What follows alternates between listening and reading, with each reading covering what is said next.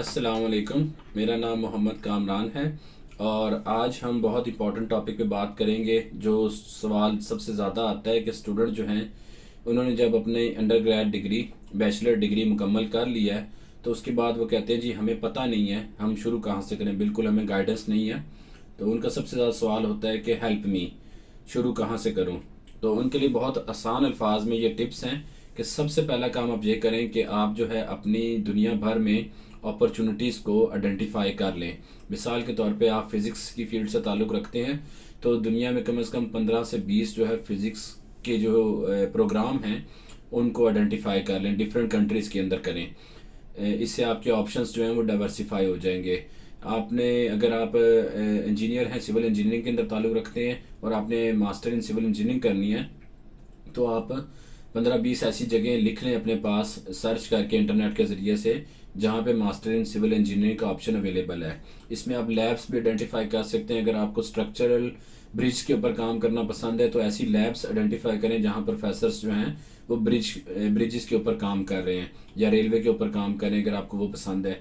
ये just example दे रहा हूँ। तो जो आपने जो है अपने ऑप्शन 20 से ज़्यादा, जितने भी ज़्यादा आप ऑप्शन सर्च कर सकते हैं दुनिया में, उनको सबसे पहला काम आपने ये करना है आइडेंटिफाई योर अपॉर्चुनिटीज़।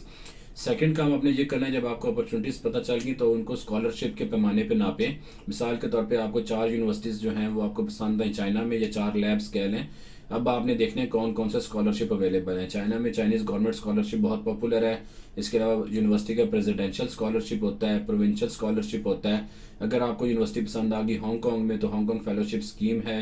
अगर आपको यूनिवर्सिटीज़ पसंद आ गई जापान में तो जापानीज़ गवर्नमेंट स्कॉलरशिप है। इसके अलावा यूएसए में जो है यूनिवर्सिटीज़ के अपने फंड्स होते हैं, आपने जस्ट अप्लाई करना होता है। तो आप जो है इस तरह स्कॉलरशिप जो है वो उसके आगे लिख लें कि कौन कौन से स्कॉलरशिप जो है आप अप्लाई कर सकते हैं। अगर आपके पास यूके में है तो ट्रैवलिंग स्कॉलरशिप है, कॉमनवेल्थ स्कॉलरशिप है। इस तरह से आपने वो जब आइडेंटिफाई कर लिया, अब बात आती है मज़ीद थोड़ा सा रीड करें, इनकी डेडलाइंस वगैरह निकालें और इनकी रिक्वायरमेंट देखें।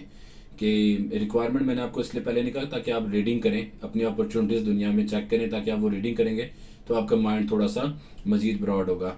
फिर आप डेडलाइंस निकालें और उसके बाद ऐसा करें 1 या 2 उसमें से जहां आपकी एलिजिबिलिटी डेडलाइंस आपका माइंड मैच करता है उसमें से 1 या 2 पहले सेलेक्ट कर लें। एक सेलेक्ट करें तो ज़्यादा बेहतर है।